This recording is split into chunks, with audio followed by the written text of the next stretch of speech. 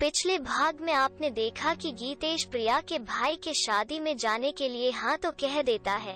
क्या वाकई में गीतेश घर के बाहर की दुनिया में साड़ी पहनकर दिन गुजार सकता है? ये जानने के लिए चलिए आगे बढ़ते हैं। नया दिन उगता है।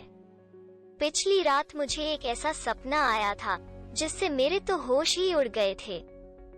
सपने में मैं एक आदमी के साथ दुल्हन की ड्रेस में अग्नि के फेरे ले रहा था। मैं 7 जन्मों के लिए उसकी बीवी बनने को तैयार था। मेरा मन मुझे अंदर से लड़की होने का संकेत दे रहा था। ये सब मेरे साथ क्यों हो रहा है? क्यों ऐसे ख्याल मुझे आने लगे? मुझे कॉलेज भी जाना था। जल्द से नहाकर मैं कॉलेज के लिए निकल गया। प्रिया कॉलेज की गेट पर मेरा इंतजार कर रही थी। मेरे वहां जाने के बाद प्रिया ने मेरा हाथ पकड़ा और हम दोनों क्लासरूम की तरफ बढ़ने लगे। शायद हम दोनों अब फ्रेंडशिप की सीमा पार कर चुके थे। प्रिया मुझे क्लास में लेक्चर के वक्त बीच बीच में मुझे गुदगुदी कर रही थी। मैं उसे रुकने के लिए कह ही रहा ही था। तब तक टीचर ने देखा कि हम दोनों मस्ती कर रहे हैं। उसकी वजह से क्लास को परेशानी हो रही है। टीचर ने हम दोनों को चेतावनी दी कि फिर से मस्ती की तो दोनों को अलग अलग बेंच पर बिठाएगी। प्रिया नहीं चाहती थी कि हम दोनों अलग हो जाए। फिर चुपचाप से हम दोनों क्लास में ध्यान देने लगे। फिर लंच ब्रेक हुआ, हम दोनों कैंटीन चले गए। फिर मैंने कहा, प्रिया एक काम था, कल मुझे जल्दी में ध्यान नहीं आया। कहो क्या काम है? प्रिया, तेरे पहचान में कोई टेलर है जो मेरे लिए तूने दिए हुए साड़ी का ब्लाउज सिला के दे? तो ये बात है। हाँ, मेरी माँ की टेलर है। उसे स्टाइलिश ब्लाउज सिलाने नहीं आते और मुझे लेडीज टेलर की दुकान में जाने को डर लग रहा है। इसीलिए पूछा कि तेरे पहचान में कोई है जो मेरे लिए ब्लाउज सिलवा के दे। हाँ, तेरा काम हो जाएगा। मेरे माँ की सहेली फैशन डिजाइनर है। मैं भी वही से ब्लाउज सिला के लेने वाली हूँ। कॉलेज छूटने के बाद अपन जाते हैं। ठीक है, मुझे घर से ब्लाउज पीस लेके आना पड़ेगा। कोई बात नहीं, मेरी स्कूटी है ना। फिर कॉलेज छूटने के बाद प्रिया और मैं स्कूटी पर बैठकर मेरे घर चले गए। वहाँ मैं घर जाकर एक थैली में वही ब्लाउज पीस डालकर माँ को कह के निकल गया। फिर हम दोनों स्कूटी पर बैठकर प्रिया के घर गए। प्रिया को भी वहाँ से उसका ब्लाउज पीस लेना था और उसने माँ से कहा कि मैं ब्लाउज सीने के लिए जा रही हूँ। प्रिया की माँ ने प्रिया से कहा कि ठीक है, फिर मैं रंजीता को बता देती हूँ कि तू आ रही है। उनके सहेली का नाम रंजीता है। प्रिया की माँ हमें कार से जाने को कहती है क्योंकि प्रिया को एड्रेस पता नहीं था, परंतु ड्राइवर को पता था कि कैसे जाना है, क्योंकि माँ रंजीता के पास ड्राइवर को बहुत बार लेके जाती है। फिर हम कार में बैठ के निकल गए। 15 मिनट में हम वहाँ पहुँच गए। रंजीता आंटी शॉप के गेट पर ही हमारा इंतजार कर रही थी। जैसे हम दोनों कार से उतर जाते हैं वो हमें लेने चली आती है। शायद माँ ने उन्हें सब बताया था कि हम वहाँ क्यों जा रहे हैं। उन्हें इसके बारे में कल्पना थी। उन्होंने हमें अंदर बुलाया। बहुत पॉश शॉप थी। वहाँ पे सब दुल्हन और फैंसी ड्रेस के डिजाइन हर पुतले पर लगे हुए थे। हम वहाँ उनके सामने बैठ गए। उन्होंने हमसे पूछा कि कुछ ठंडा या गरम लोगे? प्रिया ने मुझसे पूछा कि तुम कुछ लोगे? मुझे कुछ भी चलेगा, मुझे थोड़ी प्यास तो लगी थी। ठीक है, 2 कोल्ड ड्रिंक चलेगा आंटी। वैसे आंटी, ये मेरा फ्रेंड गीतेश है। हेलो गीतेश, आंटी ने मेरी तरफ देखते हुए कहा। हेलो आंटी जी, मैंने कहा। देखो, मुझे आंटी और आंटी जी मत कहो, मुझे रंजीता कहो, मुझे अच्छा नहीं लगता। तभी प्रिया ने कहा कि देखिए, आप हमसे उम्र में बड़ी हो और बड़ों की इज्जत करना हमारी संस्कृति है। अगर मेरी माँ को पता चला कि मैं आपको नाम से बुला रही हूँ, मैं तुम्हारी माँ से बात कर लूंगी। ठीक है, जैसे आप चाहो, प्रिया ने कहा। चलो फिर, जिस काम के लिए आए हो वो करके ले। हाँ, मैं भी यही कहने वाली थी। फिर उन्होंने प्रिया से ब्लाउज पीस मांगा। प्रिया ने उन्हें दे दिया। फिर उन्होंने एक बुक निकाली जिनमें ब्लाउज के डिजाइन की बहुत सारी तस्वीरें थी। प्रिया तो कंफ्यूज ही हो गई। फिर प्रिया ने मेरी राय मांगी। तभी रंजीता ने कहा कि प्रिया मुझसे पूछो, वो तो लड़का है, उसे क्या पता ब्लाउज के बारे में। ठीक है, फिर आप ही बताओ कि कौन सा डिजाइन अच्छा लगेगा। फिर प्रिया ने एक डिजाइन फाइनल कर दिया। प्रिया ने कहा कि रंजीता जी एक और ब्लाउज है। ठीक है, दिखाओ। फिर मैं बैग से ब्लाउज पीस निकलता हूँ और उनके हाथ में देता हूँ। ये ब्लाउज पीस थोड़ा प्लेन और अलग टेक्सचर का था। फिर उन्होंने पूछा कि कौन सी डिजाइन का सिलाना है।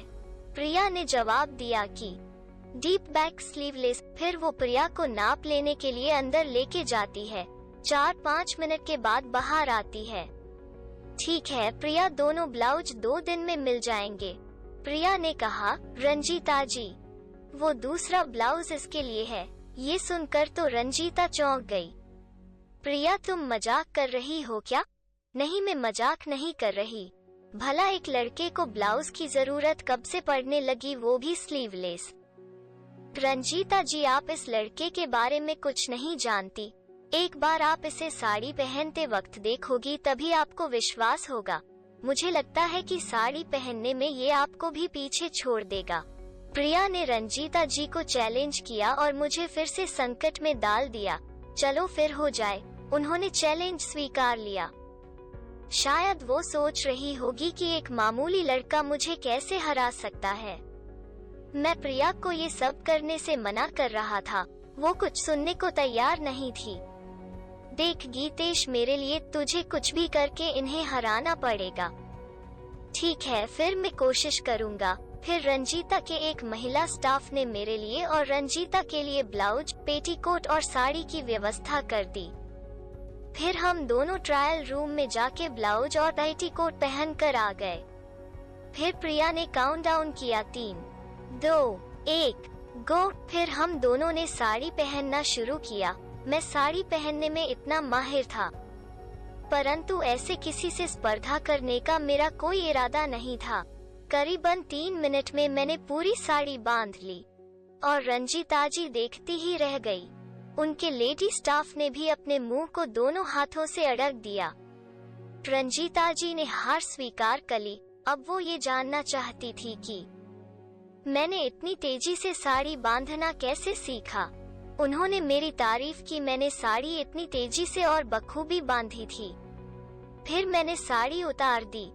उसके बाद अपने रेगुलर कपड़े पहनकर बाहर आया। फिर बिना कुछ कहे उन्होंने मेरे ब्लाउज का नाप ले लिया। रंजीता जी को जानना था कि कैसे मैं इतनी जल्दी साड़ी पहन लेता हूँ। प्रिया ने उनसे कहा कि ये लंबी कहानी है रंजीता जी, बाद में कभी। वैसे इन सब का बिल कितना हुआ? अरे प्रिया, उसकी कोई चिंता मत करो, मैं 2 दिन में तुम्हारे घर भिजवा दूंगी। ठीक है, फिर हम निकलते हैं अब।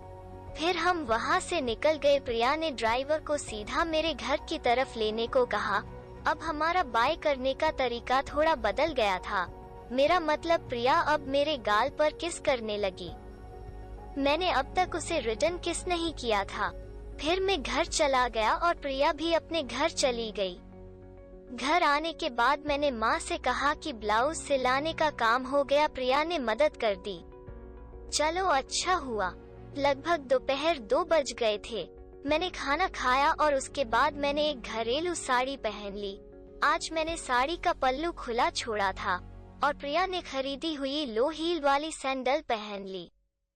मुझे थोड़ी दिक्कत हो रही थी चलने में, मुझे इसकी आदत डालनी थी।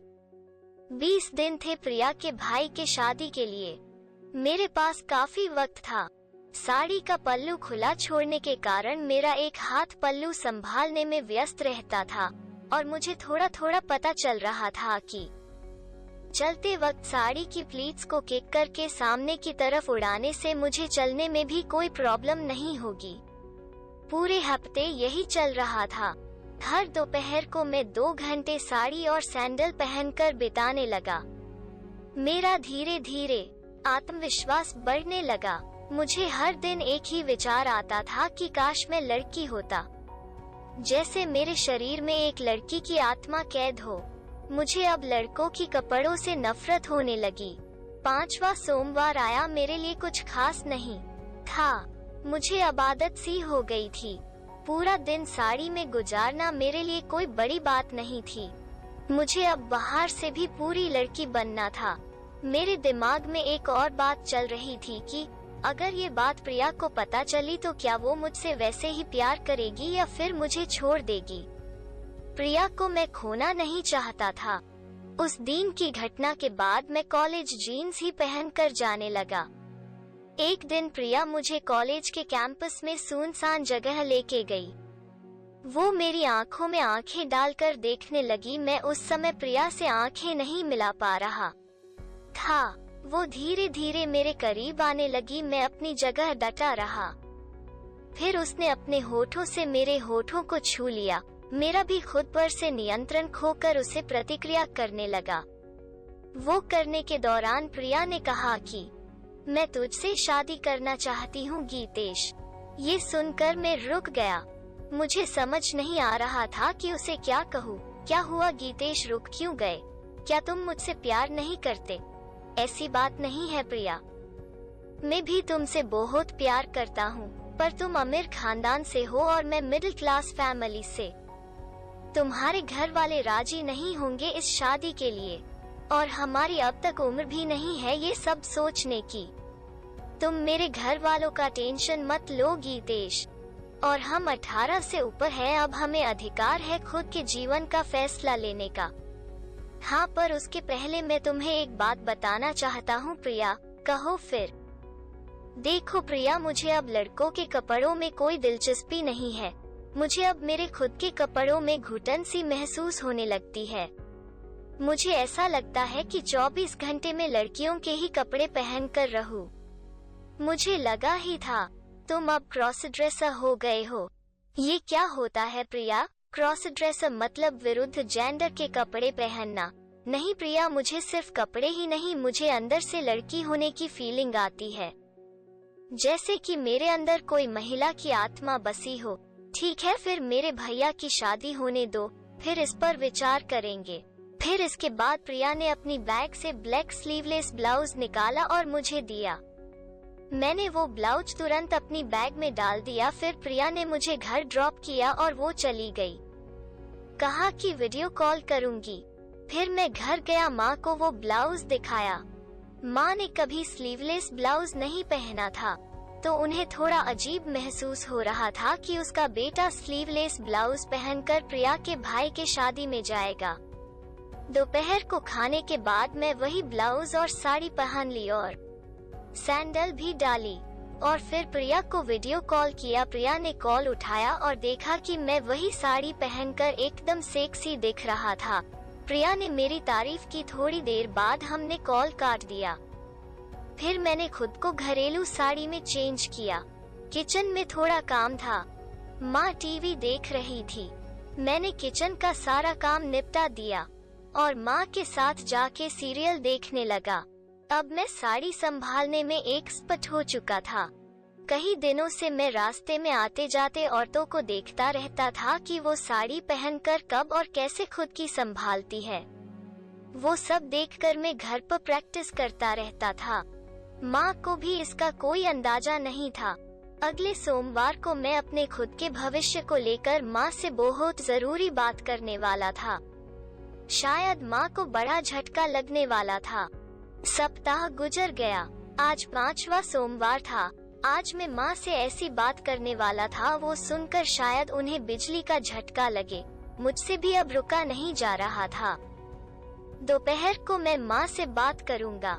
प्रिया के भाई की शादी को भी 10 दिन बचे थे। मैं लगभग तैयार था। आज के दिन मैंने सिल्क साड़ी पहनी थी। सुबह पूजा संपन्न होने के बाद मैंने थोड़ा आराम किया। मेरी सिल्क साड़ी पहनकर काम करने की इच्छा नहीं हो रही थी। मैंने आज माँ के साथ मिलकर दोपहर का खाना पकाया।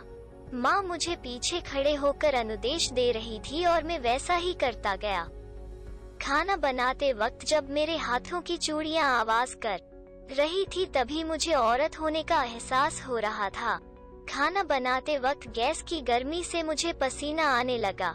साड़ी पहनकर काम करना लगा था उतना आसान भी नहीं था। पसीना पूरा गले से उतरकर मेरे छाती पर आ रहा था, जिससे मेरी साड़ी भीगने लगी। तभी माँ ने मुझे कहा कि तू जाके थोड़ी हवा खा, मैं आगे करती हूँ। फिर मैं वहाँ से बेडरूम में आ गया। उसके बाद मैंने साड़ी बदल दी। आज मेरा कॉटन की साड़ी पहनने का इरादा था। फिर मैंने माँ की अलमारी से एक सफेद सुनहरी बॉर्डर वाली साड़ी निकाली। उसके बाद मैंने पहनी हुई साड़ी उतार दी। फिर ब्लाउज निकाला और नया ब्लाउज लिया पहनने के लिए। फिर मैंने साड़ी खोली, दिखने में बहुत लंबी थी। उसके बाद मैंने साड़ी बांधना शुरू किया। ये साड़ी थोड़ी अलग ही थी। पल्लू कंधे पर पिन करके मैंने प्लीट्स बनाना चालू किया, परंतु मेरे से प्लीट्स ठीक से नहीं बन पा रही थी। तब तक माँ वहाँ आई। गीता, ये साड़ी क्यों निकाली?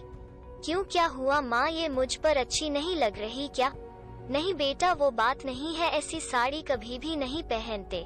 ये किसी पूजा फंक्शन के लिए ठीक है। माँ, मुझे ये साड़ी पहनने का मन किया इसलिए। वैसे ये साड़ी में बहुत झुर्रियों पड़ रही है और मेरी प्लीट्स भी अच्छी नहीं आ रही। एक काम करती हूँ, मैं दूसरी साड़ी पहनती हूँ, वैसे मुझे ये साड़ी में अच्छा नहीं लग रहा। उसके बाद मैंने घरेलू साड़ी में चेंज किया और सो टीवी देखने लगा। दोपहर तो हो चुकी थी। मैं आज माँ को अपनी फीलिंग्स के बारे में बताने वाला था। मैंने सोचा कि ये बात प्रिया के भाई की शादी के बाद करते हैं। तभी प्रिया का मुझे वीडियो कॉल आता है। फिर हम दोनों करीबन आधा घंटा बातें की। कॉल रखते वक्त प्रिया मुझे स्क्रीन पर किस करती है। मैं भी रिटर्न किस दे देता हूँ। यह सोमवार भी बीत जाता है। अगले हफ्ते बुधवार को प्रिया के भाई की शादी थी, तो 4 दिन पहले शनिवार को प्रिया ने ब्यूटी पार्लर में अपॉइंटमेंट ली थी। वो मुझसे विनती करी उसके साथ चलने के लिए।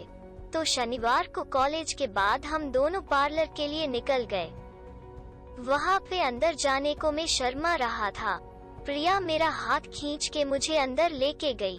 वहाँ पे 2 महिलाएं खड़ी थी। फिर प्रिया एक कुर्सी पर बैठ गई और मुझे भी बाजू वाले कुर्सी पे बैठने को कहा। मुझे थोड़ा धक्का लगा। प्रिया, ये सब क्या है? प्रिया उन दोनों महिलाओं के सामने कहती है कि मैंने हम दोनों के लिए अपॉइंटमेंट ली है। जरा खुद की तरफ देख, अगर तुझे साड़ी पहनकर सुंदर दिखना है तो ये सब जरूरी है। तू मेरे प्यार के लिए इतना भी नहीं कर सकता? फिर प्रिया ने मुझे प्यार का नाम लेकर मजबूर किया। उसके बाद मैं बाजू वाली कुर्सी पर बैठ गया। उसके बाद वो दोनों महिलाओं ने अपना काम शुरू किया। फिर वो महिला ने एक पेपर पर कुछ लिखा था। वो पढ़कर मुझे अपने कपड़े उतारने को कहा। पहले मैंने मना किया, तभी प्रिया गुस्से से मेरी ओर देखने लगी। प्रिया ने मेरे लिए खास फुल बॉडी वैक्स की अपॉइंटमेंट ली थी। फिर मैंने वैसा ही किया जैसा उस महिला ने कहा। उसने मेरे पूरे शरीर की वैक्सिंग करी। वैसे मेरे बदन पर उतने बाल नहीं थे, फिर भी मुझे अच्छा लग रहा था। उसके बाद मेरे आईब्रो को शेप दिया, थोड़ा दर्द हुआ। फिर मैनीक्योर और पेडिक्योर किया। उसके बाद मेरे चेहरे को स्टीम देकर मेरा फेशियल करना शुरू किया। करीबन 2 घंटे लगे ये सब करने को। सब होने के बाद मैंने खुद को आईने में देखा। मुझे खुद पर यकीन ही नहीं हो रहा था। मुझे बॉय कट बालों वाली लड़की नजर आ रही थी। वैसे मेरे सर के बाल थोड़े बड़े हुए थे। प्रिया के बाल स्ट्रेटनिंग को भी वक्त लगा। सब होने के बाद प्रिया ने बिल पेमेंट किया और हम वहाँ से निकल गए। उसके बाद प्रिया ने मुझे घर ड्रॉप करके वो अपने घर चली गई। मैं घर में घुसने के बाद माँ ने मुझे गौर से देखा तो उन्होंने मेरा फेस नजदीक से देखा। फिर, गीतेश, क्या तूने आईब्रो शेप किया है? हाँ माँ, सिर्फ आईब्रो ही नहीं, मेरा शरीर भी देखो, एक भी बाल नहीं है। और मेरे नाखून भी देखो। अरे ये सब करने की क्या जरूरत थी? और ये सब करने के लिए तेरे पास पैसे कहाँ से आए? माँ, मैंने ये प्रिया के खातिर किया और सब पैसे उसने ही भर दिए। वो चाहती है कि उसके भाई की शादी में सुंदर दिखूं, इसीलिए। ठीक है, तेरे पापा को पता मत लगने देना। हाँ, 2 दिन बाद छठा सोमवार आया। इस दिन दोपहर को मैंने पूरे दिन खुले पल्ले की साड़ी पहनी थी।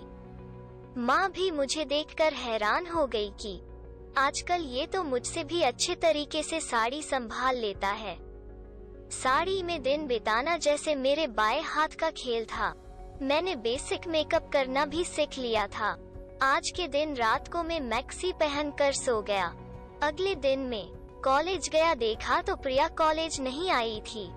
मुझे पता था कि वो भाई के शादी में व्यस्त होगी। उस दिन मैंने उसे कॉल भी नहीं किया, मैं उसे परेशान नहीं करना चाहता था। दोपहर को वही मुझे कॉल करती है। कैसे हो गीतेश? हाँ मैं ठीक, तो तुम बताओ। कुछ नहीं, यहाँ कुछ रस्में चल रही है शादी के पहले की, उनमें व्यस्त थी। काश तू भी यहाँ मेरे साथ होता। वैसे कल के लिए तैयार है ना? हाँ प्रिया, तू टेंशन मत ले। हाँ देख, मेरे घर जरा जल्दी आ जाना, 4 बजे तक, बहुत मजा करेंगे। ठीक है, जैसा तुम कहो मैं आ जाऊंगा। फिर प्रिया ने लव यू कह के फोन काट दिया। मैंने माँ से कहा कि कल 4 बजे तक प्रिया के घर जाना है। मैंने माँ से पूछा कि क्या ये सब पिताजी को पता है? हाँ मैंने कहा था, वैसे वो तो नहीं आ सकते। नहीं माँ, पिताजी को मैं साड़ी पहनकर जाने वाला हूँ, ये पता है क्या? नहीं, उन्हें नहीं बताया। हम उनके आने से पहले ही निकल जाएंगे। वो तो ठीक है माँ, घर आने पर तो पता चल जाएगा ना। वो सब बाद में देखते हैं। उस दिन की रात मुझे नींद भी नहीं आ रही थी। मेरे दिमाग में अजीब अलग अलग ख्याल आ रहे थे। जैसे तैसे करके मैं रात को सो गया। कहानी आपको अच्छी लग रही है तो कृपया वीडियो को लाइक, शेयर, कमेंट और चैनल को सब्सक्राइब करें। धन्यवाद।